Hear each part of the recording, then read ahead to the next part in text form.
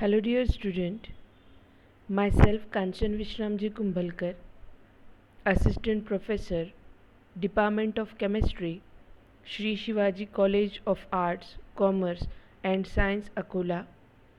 This is our 10th lecture on thermoanalytical methods. The highlighted topics are already completed in previous lecture. In this lecture, we are taking a last two example of simple numerical problems based on various techniques of thermal method of analysis. So let's start the first problem of this lecture. There are total 3 problems has been taken. This is the second problem. The numerical problem is given as the TG curve of 125.7 mg sample that contain a mixture of calcium oxalate monohydrate. Its molecular weight has been given, that is 146, and a thermally stable salt exhibited a weight loss of 6.98 mg at a temperature of 140 degrees Celsius, corresponding to the loss of water. Determine the percentage of calcium oxalate monohydrate in sample. So what is the given? The given is the sample has been taken. The weight of sample is 175.7 mg, and in that sample there is a calcium oxalate monohydrate is present, whose molecular weight has been given. So basically the sample has been given whose weight is 125.7 mg, in which one component is your calcium oxalate monohydrate, whose molecular weight is also given, that is 146. Now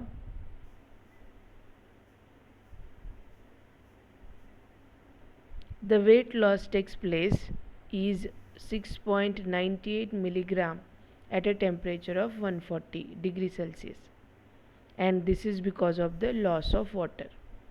Means from this chemical the loss of water takes place, and due to which the 6.98 mg at a 140 degrees Celsius weight loss occurred. And we have to calculate the percentage of calcium oxalate monohydrate in a sample. So let's start the solution.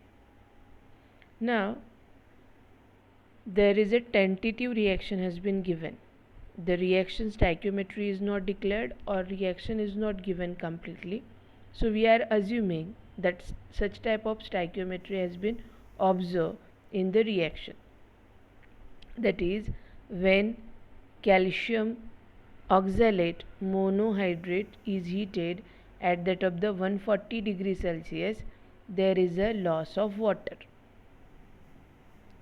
Now from given data there is about 6.98 mg water has been lost. So first of all we calculating how much amount of, if we take a 1 mole of calcium oxalate monohydrate, what is the number of moles get ejected. Now we know that there is a 1:1 ratio. If we take a 1 mole of starting material, then there is a 1 mole of water has been lost. Hence there is a ratio of 1:1. Now in this case, suppose we are considering 1 mole of H2O lost from that of the 1 mole of calcium oxalate monohydrate. So what is the molecular weight of 1 mole of H2O? That is 18 mg. Means when we are taking 1 mole of calcium oxalate monohydrate whose molecular weight is 146 mg, then the 18 mg of water has been lost. So in this case there is a 18 get ejected from that of the 146 mg on the basis of this reaction. Now therefore suppose we have 18 ejected from that of the 146, but in a given data there is a 6.98 mg of water has been lost from that of the sample, means 18 mg of water from that of the 146, then 6.98 mg of water required. By cross multiplying, that is 6.98 into 146 divided by 18, we get 56.6 mg of CaC2O4.H2O, means for the ejection of 6.98 mg of water there is a requirement of 56.6 mg of calcium oxalate monohydrate. Now we have to calculate the percentage. The total weight of sample has been given as a 125.7, means the total starting material sample is 125.7, out of which the 56.6 is the calcium oxalate monohydrate. Then what is the percentage? Means for what? If 125.7 possess 56.6 of calcium oxalate monohydrate, then 100 how much? So by cross multiplying we get an answer as a 45%. So the answer is the 45% of calcium oxalate monohydrate is present in a mixture of sample.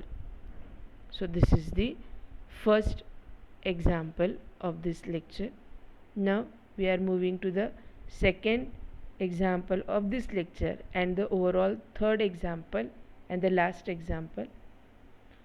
The TG curve of a 2.89 mg of sample containing MgSO4.7H2O and its molecular weight is 246 exhibited a weight loss of 0.59 mg at a temperature of 105 degrees Celsius corresponding to the reaction. Calculate the percentage of MgSO4.7H2O in the sample. This example is exactly like the previous one, but in this example, the reaction has been declared. The reaction has been given. We are not assumed to be 1:1 ratio. Now in this case, when we are taking, what are the given materials? What is the given in this example? So the sample contain, in sample the 2.89 mg of MgSO4 7H2O is present. This is first point. Second given is molecular weight of MgSO4 7H2O is 246. The next one, the weight loss takes place because of the water, because when it is heated at a 105 degrees Celsius there is a formation of this one solid which retain as it is, but the water in the vapor form has been get ejected, and because of the loss of water takes place, hence the weight loss has been observed. So in this case the water is the basic reason for that of the weight loss. And how much amount of weight loss takes place? That is 0.59 mg. And what is the reason behind that? That is the weight loss because of the loss of water. Now from this we have to calculate the percentage of MgSO4 7H2O in a sample. So again, what is the given? The sample contain this much amount of MgSO4 7H2O. its molecular weight has been given. Then the weight loss has been observed, and that weight loss is 0.59 mg. The decomposition temperature has been given, that is 105 degrees Celsius, and the corresponding reaction is also given, that is when 1 mole of starting material get heated at a 105 degrees Celsius, it gives this much 1 mole of this compound and 6 mole of water. Means the starting material and the water ratio is not 1:1 in this case, it is 1:6. Means you take a 1 mole of this compound, but there is a loss of 6 moles of water. Hence in this case, as a previous, it's exactly like a previous, but in this case the stoichiometry is not 1:1, the stoichiometry is 1:6 for that of the MgSO4.7H2O and H2O. Now we have to calculate the percentage. Okay, so let's move toward the solution. Now on the basis of stoichiometry, it has been already cleared that when you take a 1 mole of MgSO4 7H2O, then there is a ejection of the 6 moles of water. Means a 1 mole of water having a weight 18 gram. So the 6 moles of water obviously exists 108 gram or milligram, whatever. If you take a milligram, then take a to the both side, because it has been get cancelled. We have to just calculate the percentage.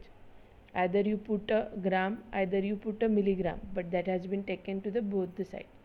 So when we are considering the 6 into 18 gram of H2O, why 18? Because it is a molecular weight of H2O. Why 6? Because in reaction stoichiometrically, when you use the 1 mole of this compound, then there is a decomposition into a 6 moles of water. Hence there is a 6 moles has been taken. Now in this case, the 6 into 18 is 108, means the molecular weight of MgSO4 7H2O is 246. Means when you are using a 246 mg of starting material, then there is a ejection of 6 moles of water, means that is 108 milligram of water. Means for a 246 there is a ejection of 108, then what is the total amount of water has been get ejected? That is 0.59. So if there is a 108 milligram of water has been ejected from that, for that purpose we required a 246 mg of starting material. Then if the 0.59 mg of water has been get ejected, then what is the total amount of starting material has been used? So by simply cross multiplication, that is 0.59 multiply with that of the 246 divided by 108, that we get a 1.3 mg. Means this much amount of starting material, this much amount of weight of starting material has been required to eject the 0.59 mg of water. Now if we take a 1.3 gram of starting material MgSO4.7H2O, then there is a formation of 0.59 mg of water. Now the starting material has been taken a 2.89. The overall sample has been taken is a 2.89, but out of that there is a only 1.3 mg is your MgSO4 7H2O.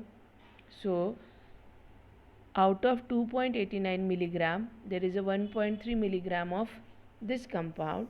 Hence for 100, multiply 1.3 into 100 divided by the total weight of sample. So we get a final result in the sense of percentage.